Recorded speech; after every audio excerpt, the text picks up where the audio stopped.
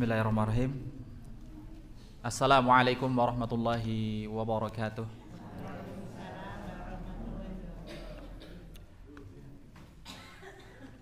Alhamdulillahirabbil alamin, wassalatu wassalamu ala asyrafil anbiya'i wal mursalin wa ala alihi wa sahbihi ajma'in.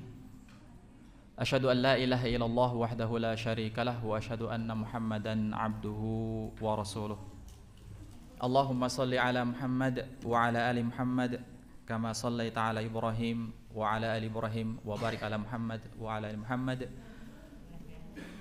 kama barakta ala Ibrahim wa ala ali Ibrahim innaka Hamidum Majid.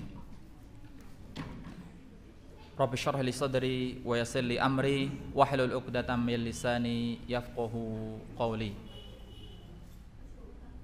Bapak Ibu yang semoga dimuliakan Allah Subhanahu wa taala, senantiasa kita memanjatkan puja dan puji syukur kehadiratnya. Tiada Tuhan yang berhak diibadahi melainkan hanyalah Ia. Darinya kita memulai kehidupan ini, diberikan banyak karunia dan rahmat yang tercurahkan kepada kita. Dari tangan kita, pendengaran kita, telinga kita, mata kita, dan semua anggota badan yang melekat pada kita merupakan fasilitas yang Allah Subhanahu wa ta'ala curahkan kepada kita, berikan betul-betul kepada kita, yang seyogianya kita maksimalkan semua itu dalam rangka untuk meningkatkan kedekatan kita kepada Allah Subhanahu wa ta'ala, dalam rangka agar kita semakin dekat hubungannya kepada Allah Subhanahu wa ta'ala, semakin takwanya semakin bertambah, menjalankan syariatnya semakin tenanan gitu. Dan juga salat dan salam semoga tercurahkan kepada junjungan kita Nabi Muhammad sallallahu alaihi wasallam, kepada para sahabatnya dan juga kepada keluarganya, para sahabatnya, dan juga kepada kaum muslimin hingga tegaknya yaumul qiyamah. Bapak Ibu yang dimuliakan Allah Subhanahu wa taala, biasanya saya ada di belakang kamera nih, tapi Ahad kemarin gitu Pak Amin memberikan pesan sekali-kali mbok maju ke depan gitu. Ya, baik, ya nggak apa-apa ya. Kita berbagi, kita insya Allah pada pagi hari ini kita sama-sama akan mencoba belajar terkait dengan sebagaimana yang saya tulis di situ, judulnya menyelami makna tilawah Al-Quran. Bapak Ibu yang dimuliakan Allah Subhanahu wa taala, jadi di sini ada 4 pembahasan, 4 pembahasan yang semoga aja waktunya cukup. Di situ ada 4 pembahasan. Yang pertama kaitannya adalah perbedaan antara qiraah dan tilawah, yang mungkin pernah mendengarnya. Apa itu perbedaan qiraah dan tilawah? Kemudian yang kedua pembahasan yang kedua adalah manfaat membaca Al-Quran. Kemudian yang ketiga itu berobat dengan Al-Quran, dan yang keempat bagaimana atau cara berobat dengan Al-Quran. Nah, insya Allah ini pembahasan-pembahasan yang akan kita lewati. Makanya saya tuh ngasih judul bingung, judulnya itu apa gitu kira-kira yang cocok gitu ya. Maka kemudian ketemu judulnya ini saja yang gampang saja ya, menyelami makna tilawah Al-Quran, yang kemudian kita nanti insya Allah akan sampai berobat atau cara berobat dengan Al-Quran. Bapak Ibu yang semoga dimuliakan Allah Subhanahu wa ta'ala, jadi kita awali dengan firman Allah Subhanahu wa ta'ala ya, dalam surah Al-Hasyr, ayat 21. Dalam surah Al-Hasyr, surah Al-Hasyr ayat 21, Allah Subhanahu wa taala berfirman, "Lau anzalna hadzal Qur'ana 'ala jabal la ra'aitahu khashi'an mutasaddian min khasyatillah."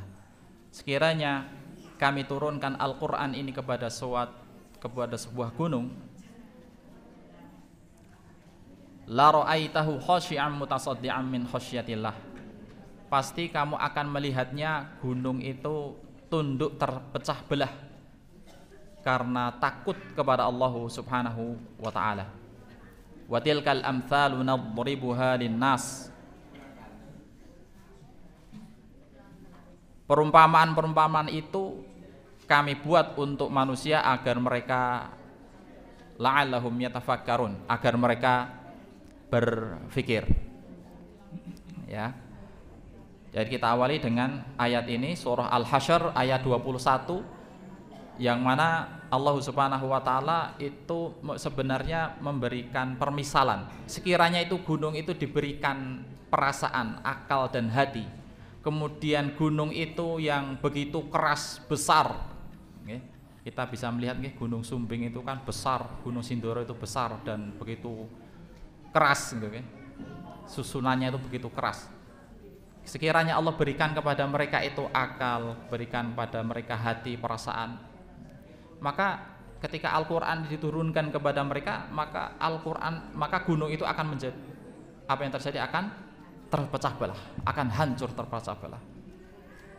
Nah, sementara Al-Quran itu kan nggak diturunkan kepada gunung, tapi diturunkan kepada manusia.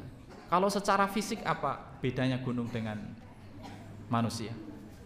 Manusia itu sangat lemah fisiknya, sangat lemah fisiknya, kecil.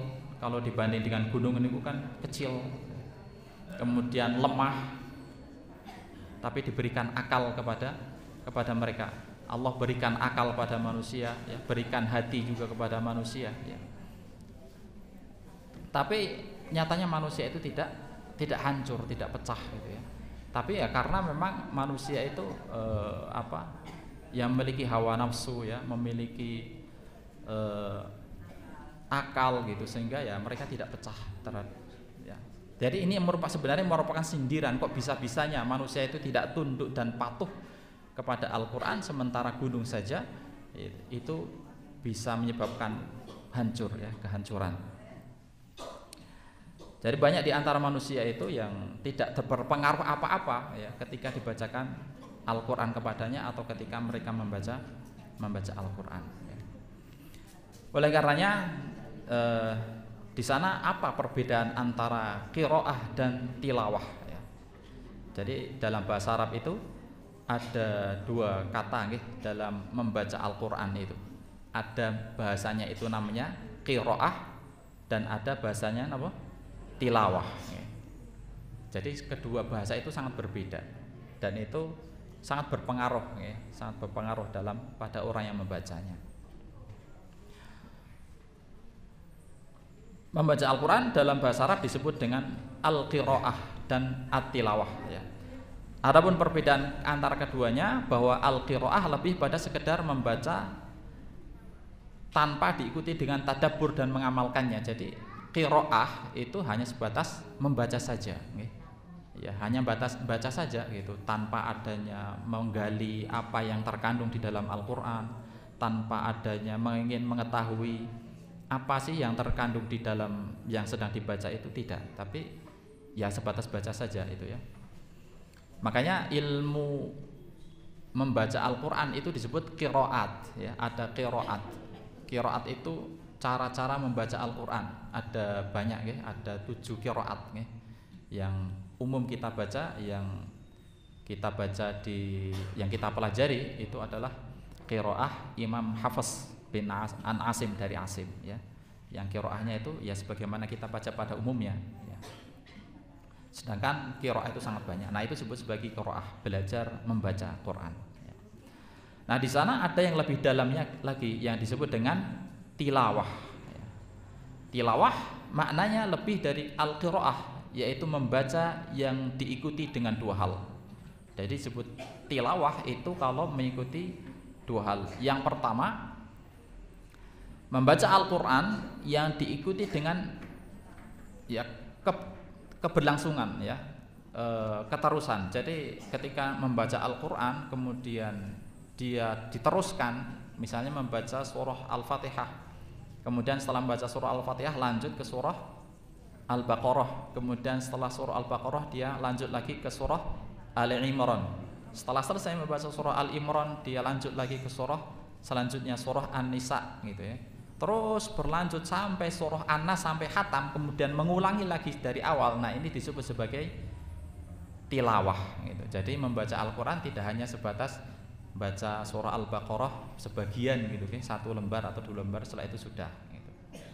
Tidak, tapi kita baca dengan berkesinambungan gitu. Terus menerus. Ya.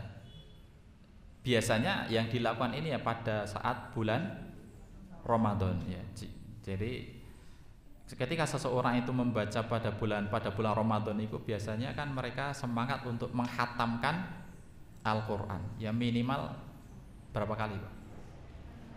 Berapa kali, Bu? 1 kali nggih. Ya, tapi alhamdulillah ya khatam yang penting nggih. Khatam. Dan sangat luar biasa nggih. Kalau bisa memang kita harus membaca Quran itu seperti itu ya. Jadi berkesinambungan dalam membaca Al-Quran ya. Jangan sesekali gitu ya, atau tidak pernah khatam gitu ya. Dalam setahun itu ya minimal khatamkanlah Al-Quran ya. Saat bulan Ramadan nggak apa-apa, 1 kali nggak apa-apa, tapi diusahakan untuk khatam. Dalam sebuah kisah nih, sesepuh kita nih, saya pernah dengar juga dari beliau sendiri ya. Sesepuh kita, beliau usianya sudah 80-an ya, bahkan mungkin sudah 90-an. Dari segi pendengaran masih bagus ya, dari segi penglihatan juga masih tajam. Kemudian apa sih resep kok sampai beliau itu dari pendengaran? Jadi kalau usia 80-90 itu kan biasanya usianya sudah mulai pendengaran mulai mengurang. Penglihatan juga mungkin sudah mulai mengurang ya. Tapi sangat luar biasa, beliau dikurangi pendengaran yang masih tajam ya, penglihatan masih tajam, pendengaran masih bagus. Resepnya apa? Nah, beliau bercerita bahwa beliau itu terbiasa untuk menghatamkan Al-Qur'an. Bahkan dalam setahun itu bisa sampai 60 kali khatam. Sesepuh kita ya, Pak. Mungkin pernah dengar ibu-ibu nggih atau bapak-bapak. Pak sinten? Pak Muhtamizi. Kalau saya pernah dengar secara langsung ketika ketemu apa resepnya, beliau menjelaskan karena sering membaca Al-Qur'an. Coba bayangin dalam setahun 60 kali. Kira-kira ada enggak dari bapak atau ibu yang setahun itu sampai 10 kali sajalah minimal? Sangat luar biasa ya, beliau membaca terus ya. Jadi itu sebagai tilawah. Kalau seseorang itu membaca secara berkesinambungan ya, dari Al-Fatihah kemudian selesai Al-Baqarah ya, terus selesai kemudian terus sampai surah An-Nas dan diulangi lagi, itu akan memberikan dampak yang sangat positif ya kepada tubuh itu sendiri, dan luar biasa akan dijaga dari kepikunan ya, kemudian pendengaran, penglihatan akan Allah Subhanahu wa taala menjaganya.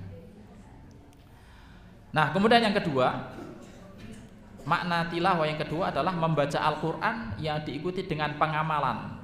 Pengamalannya dalam kehidupan sehari-hari. Ya.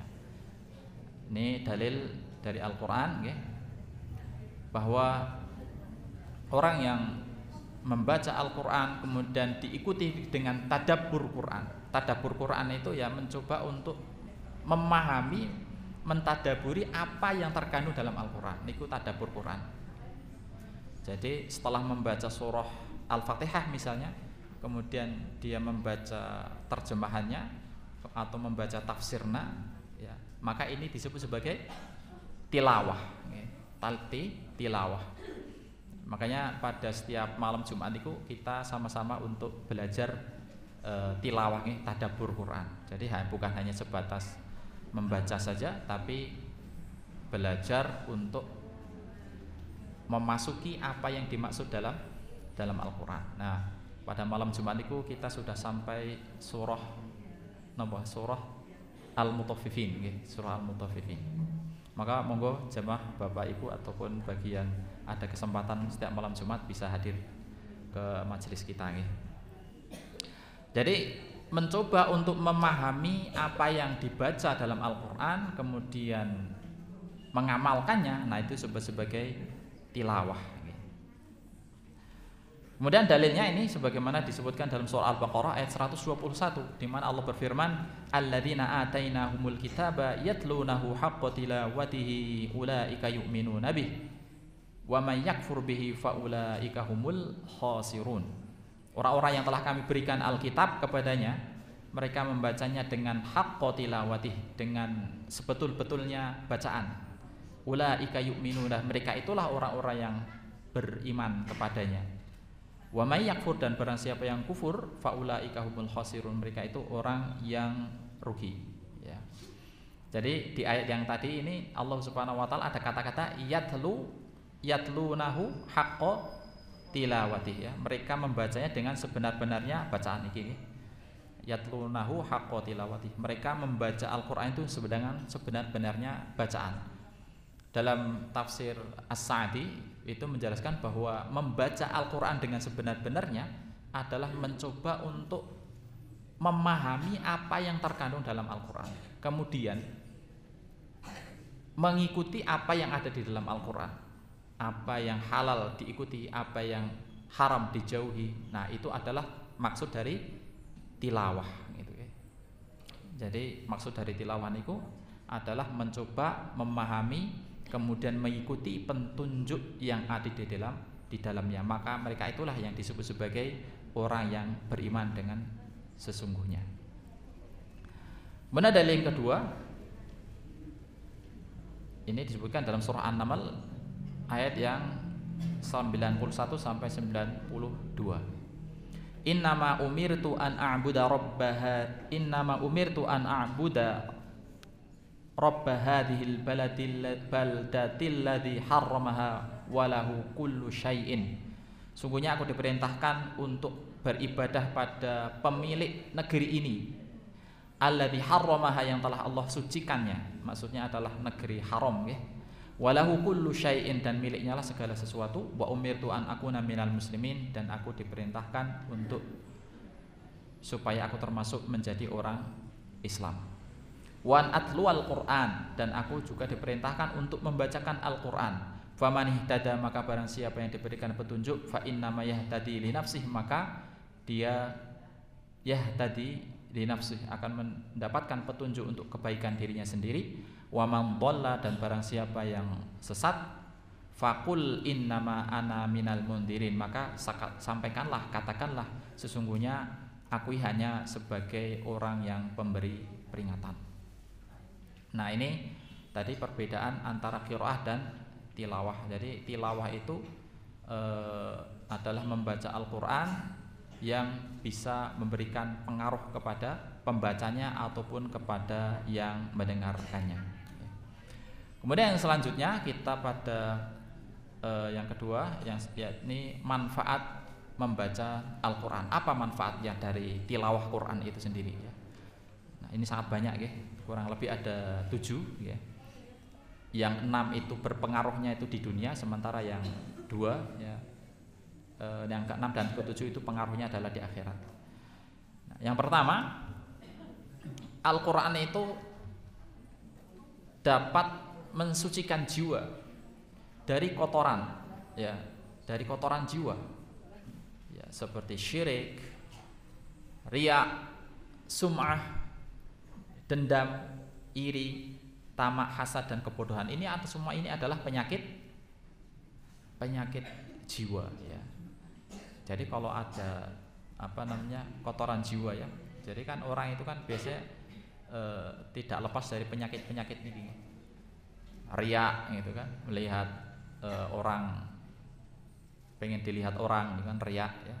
Pakai baju baru gitu kan, biar dilihat kekinian gitu. Itu kan bisa terjatuh pada riya. Atau sholat misalnya, sholat agar dia dilihat sebagai orang yang sholeh gitu. Nah, itu riya. Kemudian sum'ah itu ya agar apa yang dilakukan menjadi pembicaraan orang.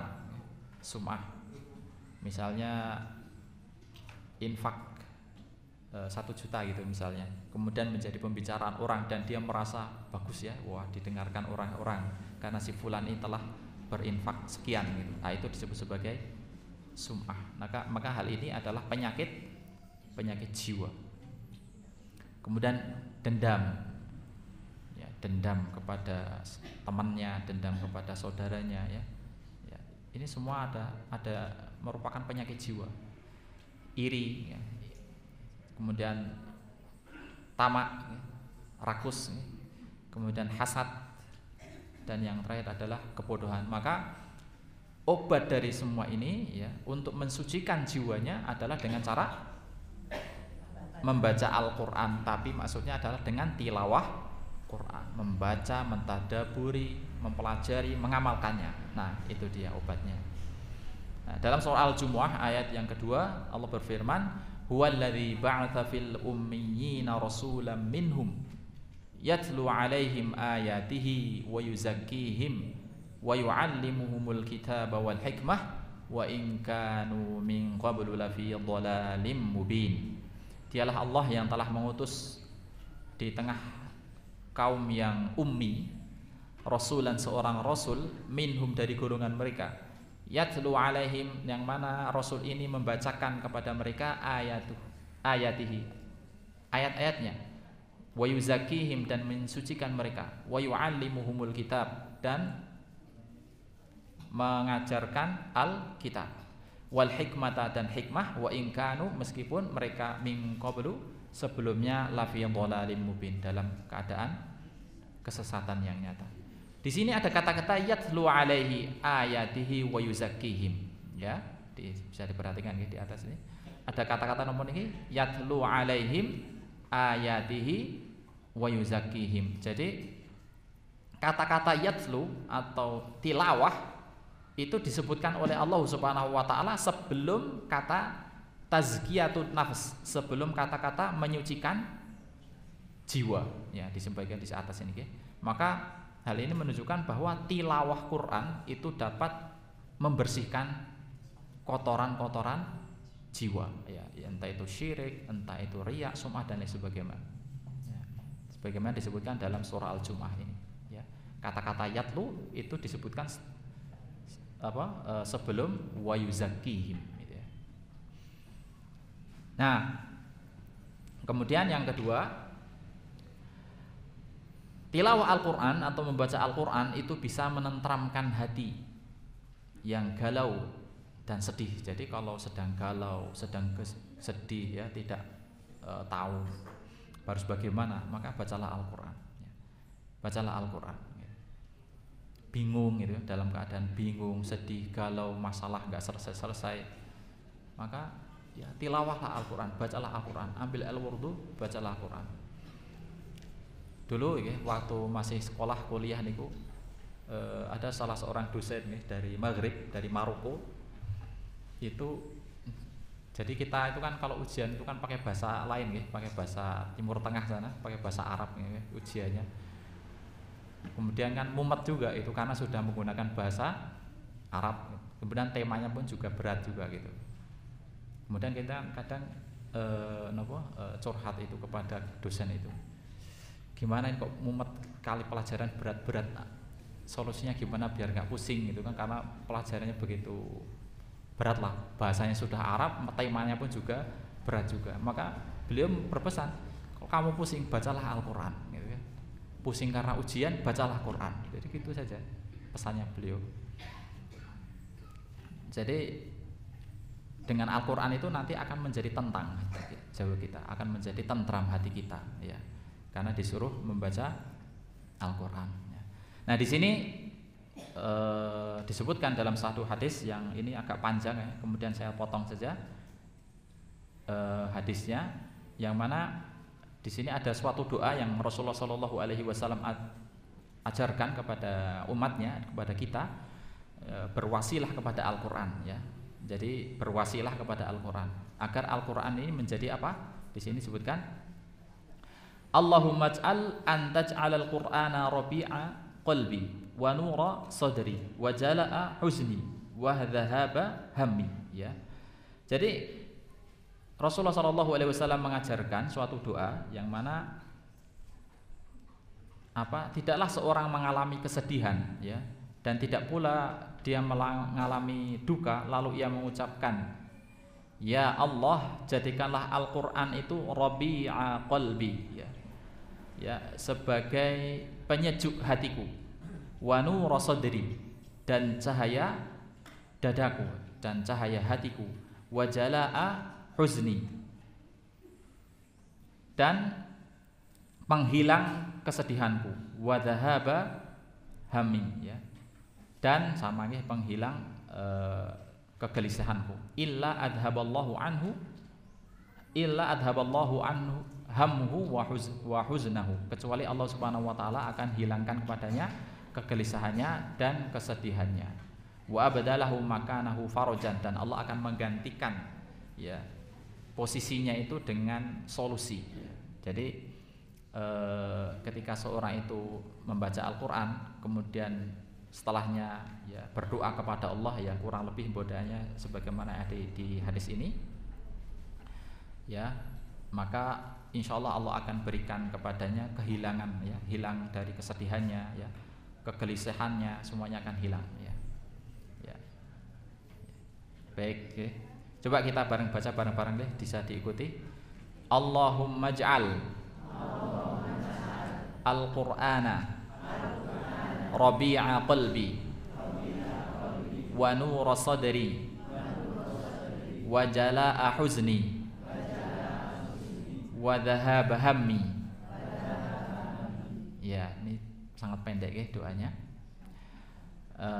Jadi ada 4 hal di situ: rabi'a qalbi, nura sadri, jalaa huzni, dhahaba hammi. Ya Allah, jadikanlah Al-Qur'an ini sebagai penyejuk hatiku, cahaya hatiku, penghilang kesedihanku, ya.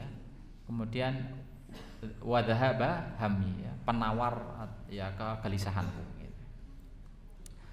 Nah, di situ ada kata rabi'a qalbi. Rabi', ya, penjelasannya, rabi' itu artinya adalah air hujan yang bisa menumbuhkan pepohonan dan tumbuhan, sehingga akan menjadi tumbuh subur, akan berbunga dan berbuah, ya. Jadi rabi'a qalbi itu maknanya adalah meminta kepada Allah agar Allah Subhanahu wa taala, ya, lewat Al-Qur'an itu menjadikan hati itu subur, gitu, tumbuh, ya. Jadi Al-Qur'an itu ibaratnya seperti air yang dapat memberikan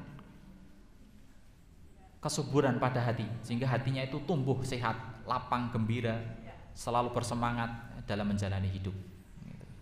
Rabi'a qalbi, ya. Kemudian yang kedua di situ ada kata nur sadri, cahaya hatiku. Jadi hati, jiwa itu butuh cahaya, butuh cahaya Al-Qur'an, ya. Maka maksudnya adalah memohon kepada Allah agar Allah menjadikan hatinya itu ada cahayanya, ya. Karena tanpa Al-Qur'an hati akan menjadi gelap disebabkan kebodohan, ya.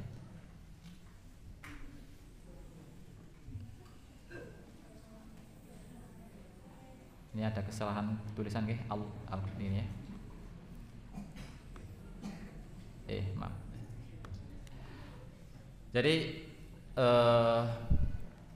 Al-Qur'an itu dapat memberikan cahaya kepada hati kita sebagai penerang, gitu, ya.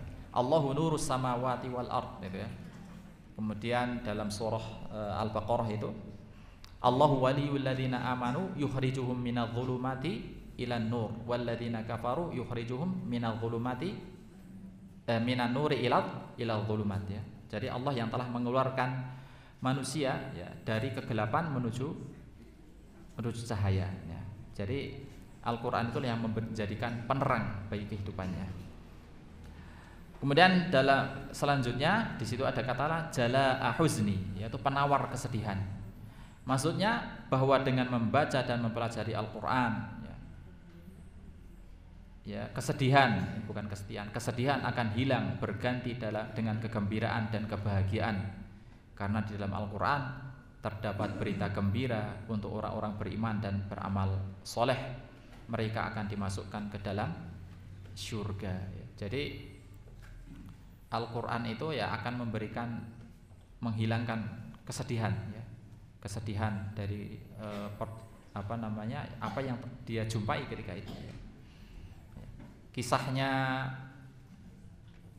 Salman Al-Farisi, ya, mungkin ibu-ibu atau bapak pernah membacanya atau pernah mendengarnya, bagaimana beliau itu berusaha mencari hidayah, ya, dari negeri yang sangat jauh, dari pundi, dari Persia. Persia itu kan bukan wilayah Jazirah Arab, ya. Persia itu kan wilayah Iran gitu, ya, atau ya Iran gitu, atau Irak, ya, saat itu. Gitu.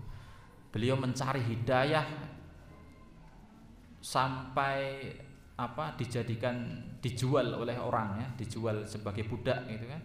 Kemudian dibawa ke Madinah, ya, sampai kemudian mendapatkan cahaya Islam, ya.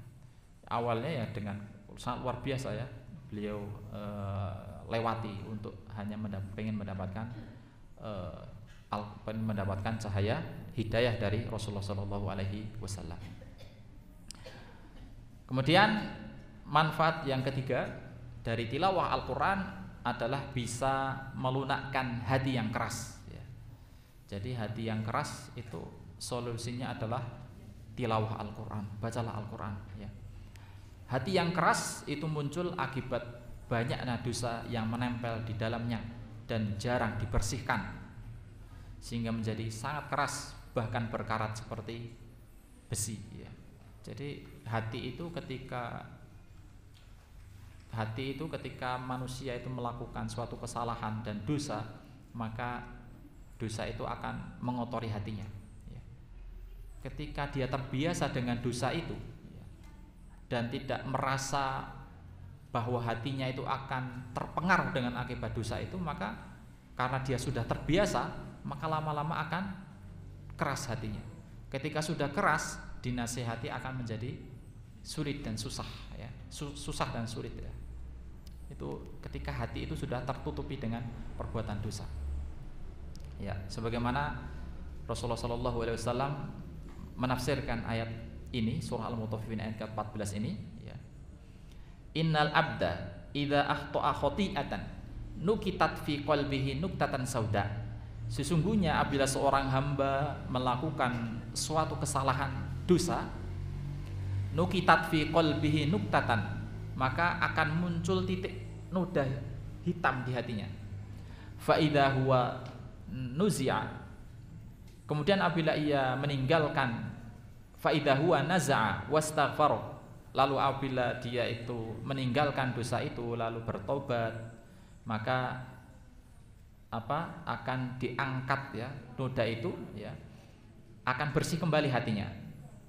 Wa in ada, lamun apabila ia melakukan dosa itu lagi, mengulanginya, ya, maka akan bertambah titik hitamnya sampai menutupi hatinya. Dan inilah yang disebut sebagai ron, ya, sebagaimana yang disebutkan oleh Allah dalam surah Al-Mutaffifin tadi, ya, kalla bal rana ala qulubihim ma kanu yaksibun. Bukankah dalam pengajian malam Jumat itu kan saya memberikan contoh, bukankah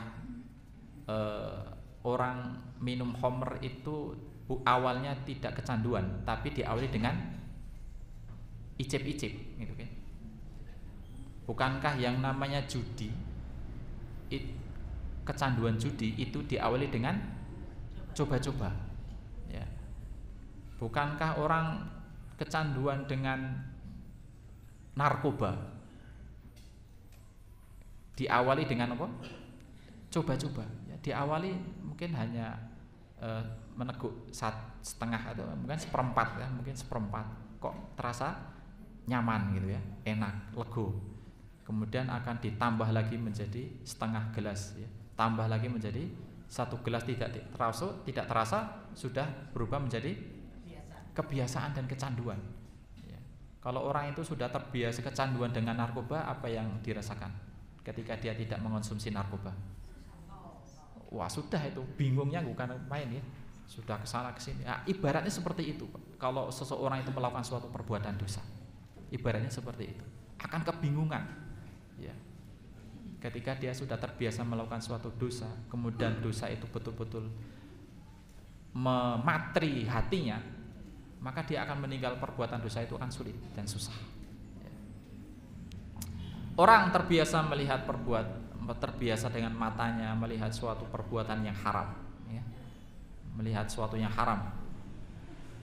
Awalnya ya mungkin coba-coba, tapi ketika dia keterusan, lama-lama akan susah dia tinggalkan untuk meninggalkan perbuatan dosa itu. Ya. Misalnya awalnya dengan hal-hal yang mubah saja bisa jadi kan, karena pintu setan kan begitu nih. Awalnya dari hal-hal yang mubah, tapi lama-lama menjurus ke yang haram. Jadi yang haram itu lama-lama akan mengotori jiwanya. Nanti ketika sudah terkotori, jiwanya akan tertutupi sebagaimana disebutkan di hadis ini. Maka susah untuk meninggalkannya karena sudah kecanduan. Nah, dosa itu mengibatkan kecanduan. Maka hati-hati dalam jangan sampai kita terjatuh pada perbuatan dosa. Apapun dosa niku, awalnya ya dari yang mubah, tapi lama-lama ke jurus ke yang haram, maka akan susah untuk ditinggalkan. Nah, kemudian yang keempat adalah membaca Al-Quran itu dapat menghidupkan hati yang mati. Ya. Jadi tilawah Al-Quran itu bisa menghidupkan jiwa kita. Bisa menghilangkan sakit tadi jiwa, ya, sakit hati tadi, tapi juga bisa menghidupkan jiwa hati kita. Dalam surah Al-An'am 122 Allah berfirman, awaman kana maitan fa ahyainahu wa ja'alna lahu nuran yamshi bihi finnas. Dan apakah orang yang sudah mati kemudian dia kami hidupkan dan kami berikan kepadanya cahaya yang terang, yang dengan cahaya itu dia dapat berjalan di tengah-tengah manusia, serupa dengan orang yang keadaannya berada dalam gelap gulita yang sekali-kali tidak dapat keluar daripadanya.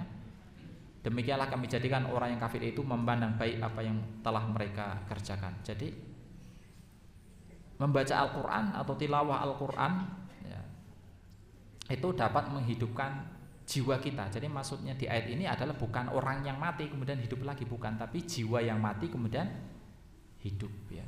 Jadi jiwa yang hidup itu adalah jiwa yang ketika dibacakan Al-Quran dia merasa nyaman, dia merasa tenang, ya. Dalam surah Al-Anfal sebagaimana yang mungkin kita pernah membacanya, ya.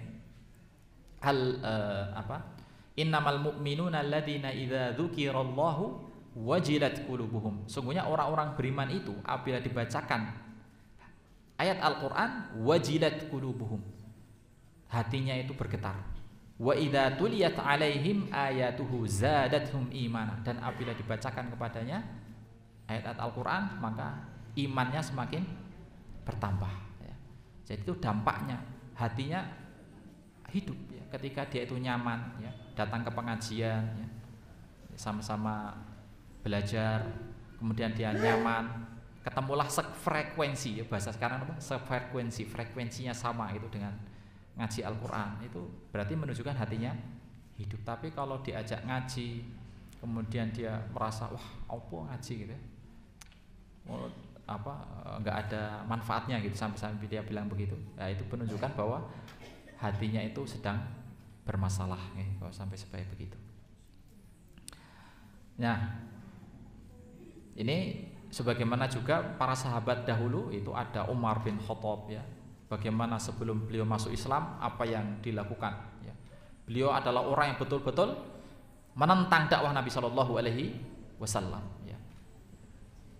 Tapi ketika cahaya Al-Quran itu sampai kepada beliau, ya, tatkala beliau membaca dari surat Toha itu, ya, beliau langsung ketika itu berubah. Padahal sebelumnya kondisinya apa? Beliau itu betul-betul pengen mendatangi Nabi Shallallahu Alaihi Wasallam untuk membunuh Nabi, ya. Tapi ketika sampai di rumah saudarinya, ya, saudara perempuannya, kemudian di situ beliau mendapatkan, ya, potongan surat, ya, dari surat Toha gitu, ya. Maka kemudian sekitar itu juga hatinya hidup, ya. Hatinya hidup dan menjadi orang yang membela Nabi Shallallahu Alaihi Wasallam, ya, dan menjadi sahabat yang sangat dekat, ya, kepada Nabi Shallallahu Alaihi Wasallam. Kemudian di sana juga ada Muawiyah bin Abi Sufyan, ya, Muawiyah bin Abi Sufyan, bahkan Abu Sufyan sendiri, ya, sebelumnya itu adalah orang yang sangat benci kepada Nabi Shallallahu Alaihi Wasallam, ya. Tapi kemudian setelah berangsur-angsur hingga kemudian Al-Quran itu masuk ke jiwanya, maka hiduplah beliau ya, dari bapaknya, kemudian Muawiyah anaknya ya, bahkan istrinya Abi Sufyan yang sebelumnya sangat benci kepada Nabi SAW, yaitu sinten Hindun ya. Hindun istrinya Abi Sufyan itu kan sangat bencinya bukan main, sampai-sampai dia ini membelah jasadnya Hamzah bin Abi Thalib. Apa yang dilakukan? Mengambil jantungnya, kemudian dikunyahnya lagi, kemudian dikeluarkan. Itu saking bencinya kepada dakwah Nabi SAW. Tapi kemudian ketika cahaya Islam itu betul-betul bisa masuk, wah, beliau Abu Sufyan, Muawiyah dan keluarganya itu menjadi betul-betul yang memperjuangkan Al-Quran. Nah, kemudian yang kelima, bahwa membaca Al-Quran itu bisa meneguhkan hati ya, menguatkan keteguhan jiwanya. Jadi iman kita itu akan betul-betul teguh ketika seorang itu betul-betul tilawah kepada Al-Quran ya. Dalilnya dalam surah Al-Furqan ayat ke-32, wa qala alladhina kafaru laula nuzila alaihi al-Qur'ana jumlatan wahidatan kadzalika nutsabbita bihi fuadak wa rattalnahu tartila. Orang-orang kafir itu mengatakan, kok Al-Quran itu kenapa tidak diturunkan secara langsung saja semuanya gitu. Dari surah Al-Fatihah sampai surah An-Nas, kenapa kok diturunkan secara langsung semuanya gitu, kata orang kafir. Maka enggak demikian, justru Al-Quran ini diturunkan berangsur-angsur ya, dari surah Al-Alaq, kemudian surah Al-Mudaththir, Al-Muzammil, kemudian terus berangsur-angsur untuk supaya apa? Linutsabbita bihi fuadak, supaya agar jiwamu itu menjadi kokoh, agar tidak goyah ya. Jadi Quran itu memang sengaja diturunkan berangsur-angsur agar jiwa kita itu menjadi yakin, semakin yakin dan semakin kokoh.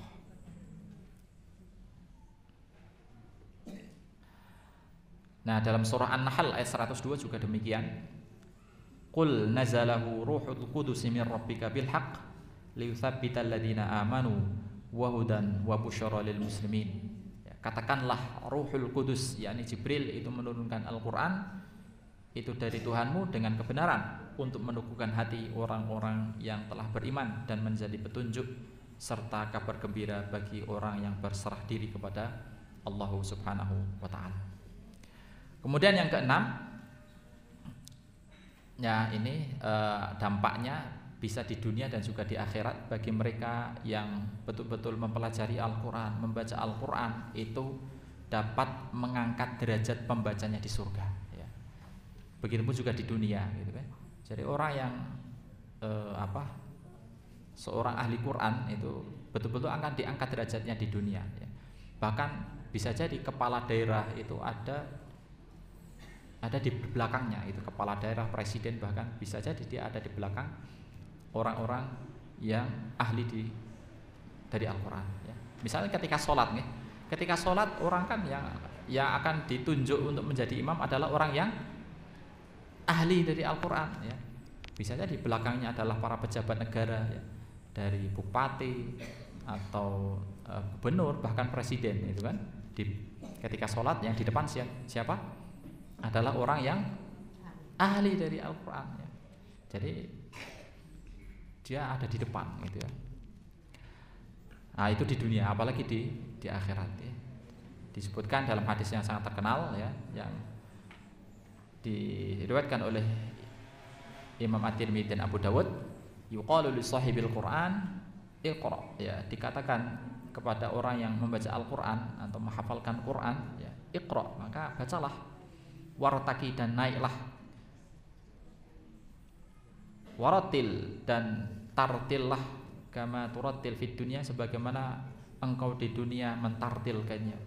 Fa inna manzilataka inda akhiri ayatin taqruha, karena kedudukanmu adalah pada akhir ayat yang engkau baca ya, atau engkau yang hafal. Jadi ketika nanti di surga itu bagi para pembaca Al-Quran itu akan disuruh membaca Quran sampai mana hafalanmu itu, maka disitulah kedudukanmu ketika di akhirat di surga ya, luar biasa ya di surga itu ya. Hafalan ya.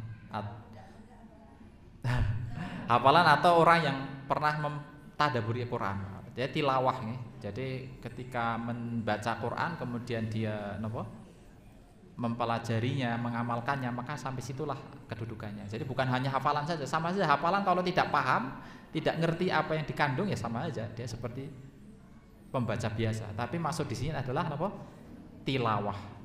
Jadi betul-betul bisa paham dan ngerti gitu ya. Jadi meskipun tidak hafal Quran, kalau dia paham, dia ngerti maksud itu, maka sampai situlah kedudukannya. Bukan hanya menghafal, bukan hanya sebatas hafalan, tapi tilawah maksudnya. Kemudian yang ketujuh adalah membaca Al-Quran akan menyebabkan pembacanya mendapatkan syafaat di hari kiamat ya. Jadi orang yang membaca Al-Quran itu ada syafaatnya ketika di kiamat ya. Sebagaimana disebutkan dalam hadis Nabi SAW dari Abi Umamah Al-Bahili radhiyallahu anhu qala sami'tu, aku mendengar Rasulullah sallallahu alaihi wasallam yaqulu, bersabda, iqra'u al-Qur'ana, bacalah Al-Qur'an, fa innahu ya'ti yaumal qiyamati syafi'an li ashabihi, maka sungguhnya Al-Qur'an itu akan datang pada hari kiamat sebagai pemberi syafaat ya bagi para mereka yang membacanya. Jadi ya tilawahlah Al-Qur'an gitu ya. Kita diperintahkan untuk tilawah Al-Qur'an. Maksudnya apa? Bacalah Al-Qur'an secara berangsur-angsur, jangan sekali setahun gitu kan. Jangan, tapi berangsur-angsur, berterus menerus. Kalau pengen mendapatkan syafaat dari Al-Qur'an.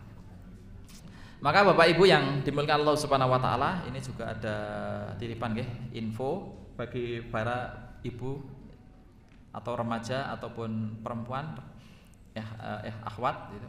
Atau ikhwan juga bisa nggih, tapi kalau ikhwan berbeda nggih. Tentang belajar ngaji Quran. Nih, sistemnya itu privat, shiftnya privat, jadi nggak rame-rame, jadi sendiri-sendiri. Di masjid ini, di Masjid Al-Manar itu ada hari Selasa jam 2 siang sampai dengan jam 5 sore. Dan ini bagi mereka yang ingin hafalan Quran. Jadi ada dua, ada bagi mereka yang ingin menghafal Quran atau bagi yang pengen mengulang hafalannya, gitu kan. Itu bisa hadir di hari Selasa jam 2 siang sampai jam 5 sore ya, karena beberapa waktu lalu ada yang mendaftar bagi mereka, sebagian ada yang sudah mendaftar, itu mereka sudah hafal Quran 30 juz kemudian pengen mengulang hafalannya. Kemudian bagi ibu-ibu atau siapa saja akhwat perempuan, hari Rabu, Kamis dan Jumat itu jam 4:30 sampai dari jam 4 sampai jam 5 sore, itu bagi yang ingin belajar dari nol. Jadi yang belum bisa baca Quran, belum lancar dan pengen melancarkan bacaan Al-Quran, yaitu silahkan nanti bisa menghubungi nomor yang akan nanti saya kasihkan. Jadi nggak bisa ngaji sama sekali, ya nanti bisa menghubungi, kemudian pengen belajar silahkan. Harinya hari Rabu, Kamis, Jumat. Atau saudara atau siapapun juga boleh.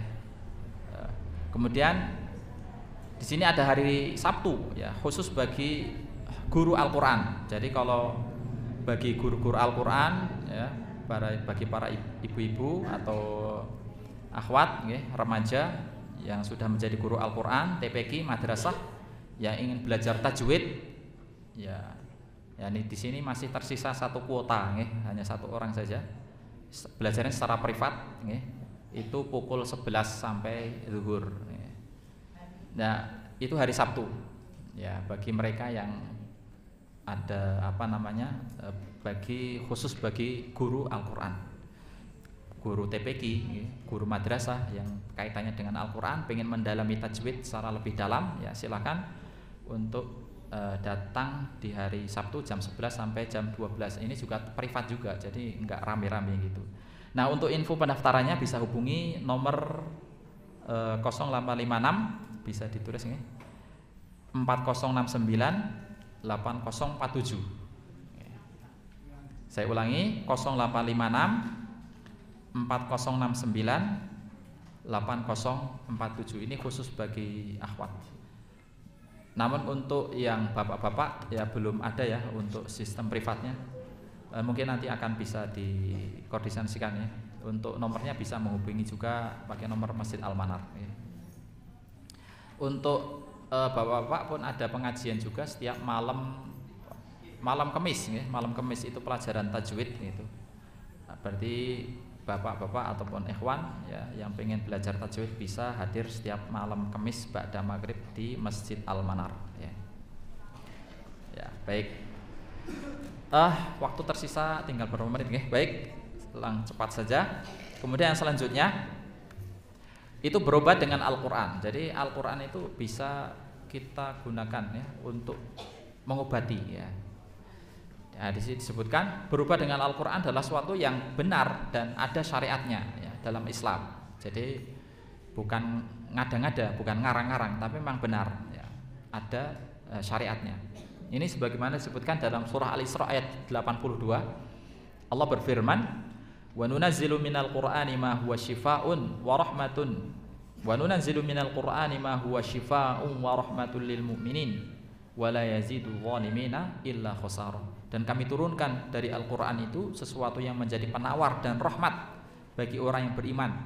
Sedangkan bagi orang zalim Al-Qur'an itu hanya akan menambahkan kerugian. Jadi Al-Qur'an itu merupakan syifa ya, merupakan penawar, obat ya, dan rahmat bagi orang-orang yang beriman.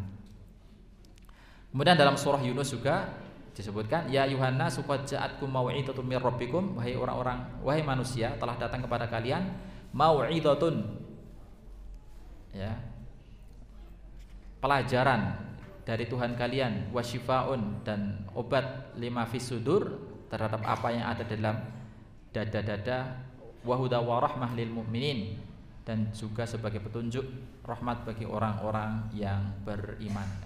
Jadi Al-Qur'an itu bisa menjadi obat ya.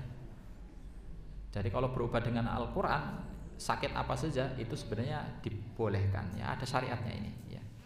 Dan terutama ya ini ayat ini menerangkan bahwa Al-Qur'an adalah obat bagi apa yang ada dalam dada, yaitu hati. Ini sekaligus menjelaskan bahwa yang paling utama dan pertama di pengobatan Al-Qur'an adalah pengobatan penyakit hati. Meskipun ayat tadi tidak secara khusus ya untuk mengobati hati, tapi fisik pun juga bisa diobati gitu kan.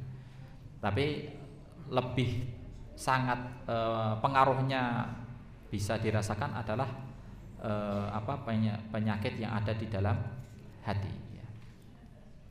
Kemudian yang kedua ya, Al-Qur'an adalah berfungsi sebagai obat penyakit lahir. Nah, ini bahkan Al-Qur'an pun juga bisa mengobati fisik ya, sakit fisik.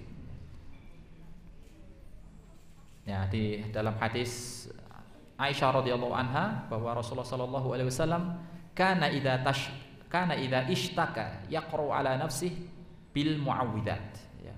Bahwa Rasulullah sallallahu alaihi wasallam itu apabila sakit ya, beliau membaca al-muawwidzat. Al-muawwidzat niku surah Al-Falaq, An-Nas ya. Jadi surah Al-Falaq, An-Nas ya. Beliau lalu membacanya, kemudian beliau meniupkannya ya. Kemudian ya meniupkannya, kemudian meniupkan ke telapak tangannya, kemudian mengusapkan ke daerah yang sakit ya. Nah, beliau ketika itu ya masih dalam kondisi bisa membaca sendiri gitu ya.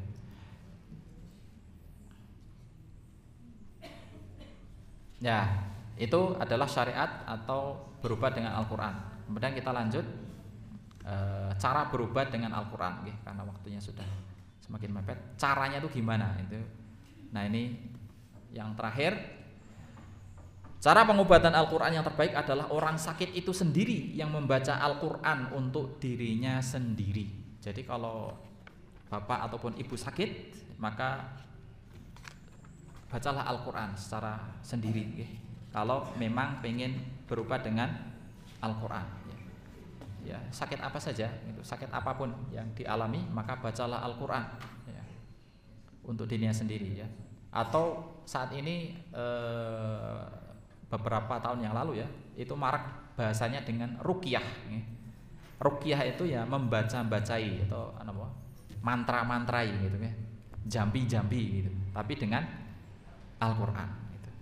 Jadi ketika sakit ya, maka bacalah Al-Qur'an ya.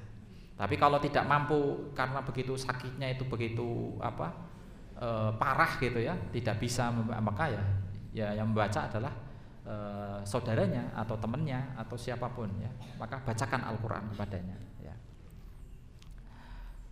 Kemudian yang kedua, ya, hendaknya orang yang sakit memperbanyak untuk mendengar bacaan Al-Qur'an setiap saat ya. Dianjurkan juga orang yang sakit mendengarkan Al-Qur'an menjelang tidur sampai ia tertidur ya. Jadi jadikanlah Al-Qur'an itu ya rutinitas untuk dibaca sebelum tidur gitu.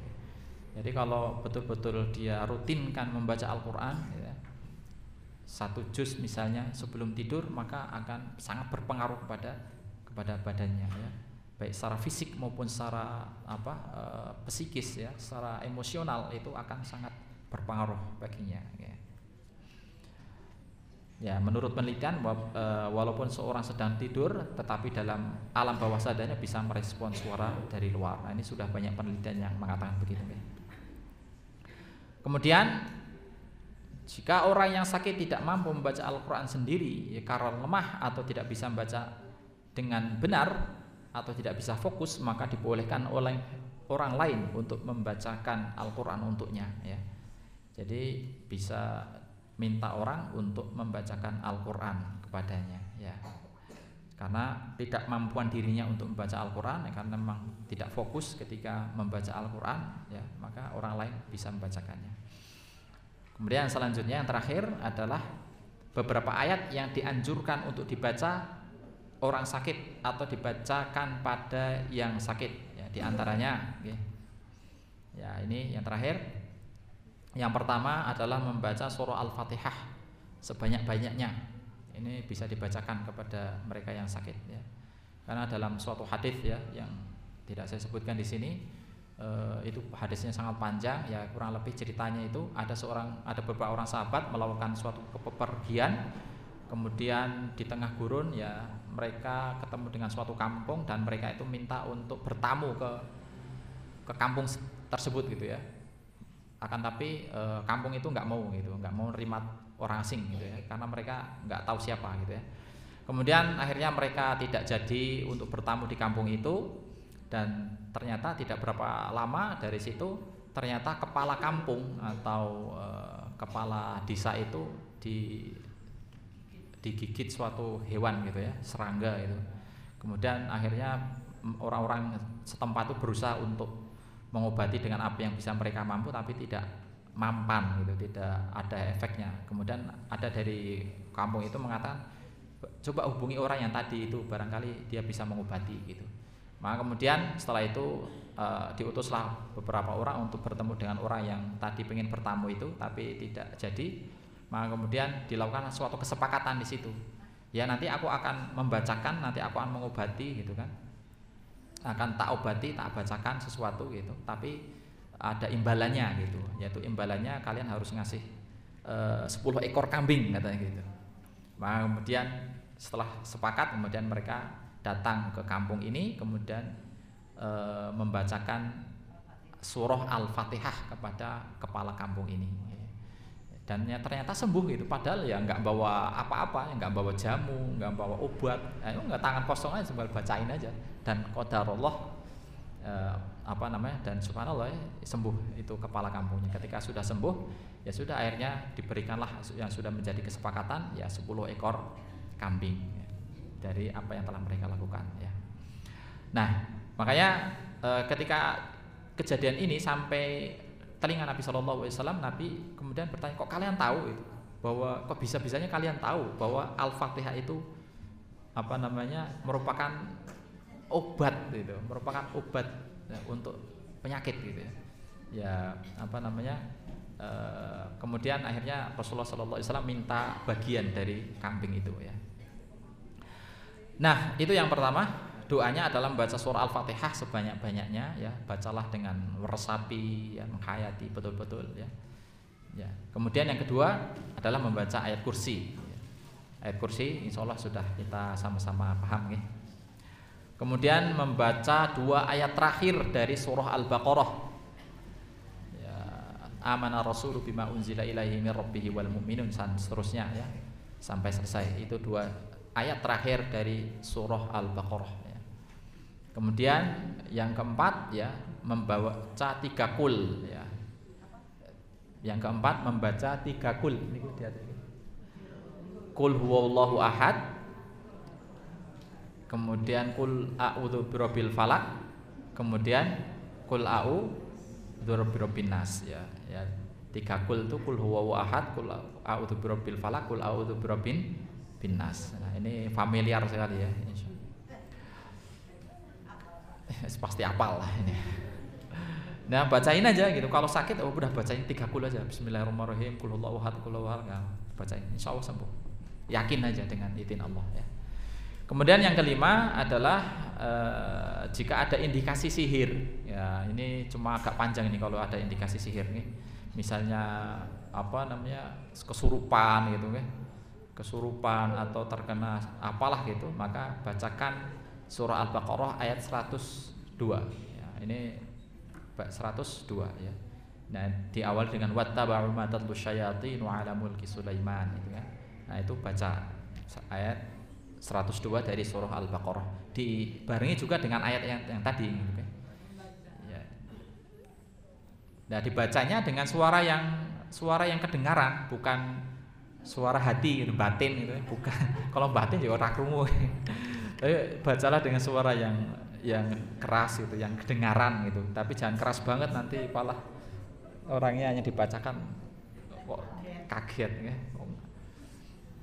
Nah, itu yang kelima. Kemudian yang terakhir ya, kalau misalnya ini yang terakhir itu adalah doa Nabi Yunus ya, ketika dalam kondisi yang sangat betul-betul terpojok ya, dalam kondisi gelapnya berlapis-lapis ya, gelap di dalam perut ikan, gelap di malam hari, gelap di dalamnya air lautan ya, dalamnya lautan. Beliau hanya membaca la ilaha illa anta subhanaka inni kuntu minadh dhalimin. Ini surah Al-Anbiya ayat ke-87 ya. Jadi kalau ibu bapak dalam keadaan yang sangat betul-betul kondisi yang sangat benar-benar di bawah ya, bacalah doa ini, la ilaha illa anta subhanaka inni kuntu minadh dhalimin ya.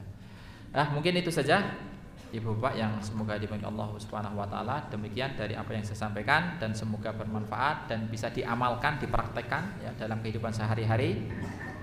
Saya akhiri, aku qouli hadza, subhanakallahumma bihamdika asyhadu an la ilaha illa anta astaghfiruka wa atubu ilaik. Assalamualaikum warahmatullahi wabarakatuh.